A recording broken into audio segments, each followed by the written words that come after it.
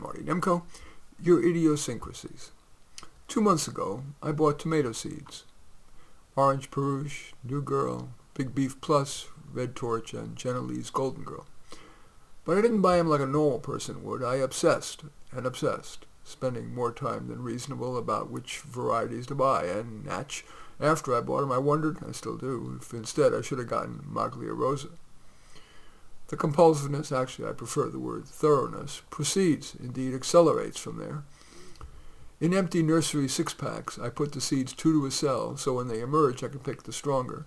I love evaluation on merit in all things. I labeled them, of course, using heart-shaped labels because they're cute, and when I put the extra plants out on the curb, there's more, curb appeal.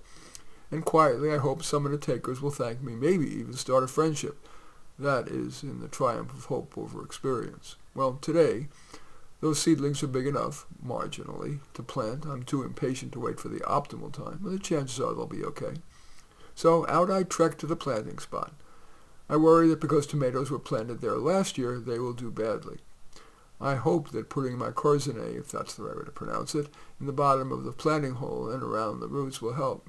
And without spilling, will I be able to keep some in my hand and spread it around the root ball at the moment, between pushing it out of its cell and putting it in the ground, as they tell you to do. I assembled all the planting stuff, careful to put it far enough away I don't trip over them, and yet are within a step's reach.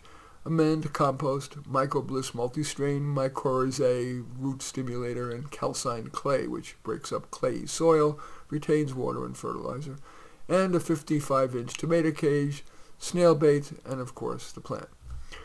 I dig a hole spade deep and 2 spades wide, scraping the sides and bottom of the hole to encourage expanding of the roots. I sprinkle an ounce of Mycobliss around the bottom of the hole. To the removed soil, I add 25% amend and 10% calcined clay. As I replace it, I mush the mix around in my hands, breaking up the clods into friable soil. Water it so the soil settles. Then with a pinch of Mycobliss in one hand and with the other, I tease out the tomato seedling, spread the myco around the roots, and quickly plant it. I plant it in a little mound to improve drainage, and I bury all but the top leaves. That encourages a strong root system. I water it again, put mulch on top to conserve moisture and retain consistent temperature. Sprinkle pet-friendly snail bait in a 1-inch circle 12 inches from the plant, and then insert the 55-inch tomato cage for the plant to grow into.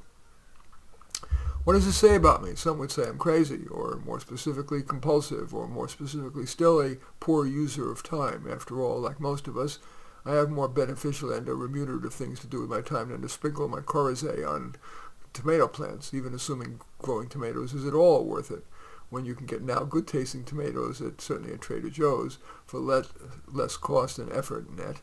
Just toss the tomatoes into your shopping cart. My perhaps defensive response is that I find it fun to optimize whatever I'm doing, and the total time and cost is small. All the above took just 1 hour to plant 5 tomato plants, including the tomato cage, maybe $12 a plant, cheap recreation, and I'll get a few pounds of extra delicious tomatoes from it. It's good exercise, not stressful, and yeah, it indulges my desire for control, to optimize without friction from anyone or anything. I did just a bit of fun Googling to learn how to optimize the tomato stuff, and now I know it for life.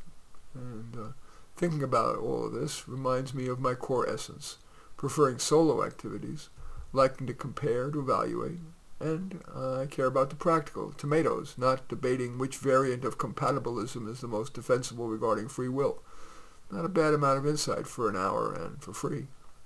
I share all this with you to demonstrate an under-considered way to get to know yourself better. So, might you want to list the ways that you do your hobby or even your work and see if there are any generalizables? See, I'm not crazy. Maybe. In any event, that's your idiosyncrasies.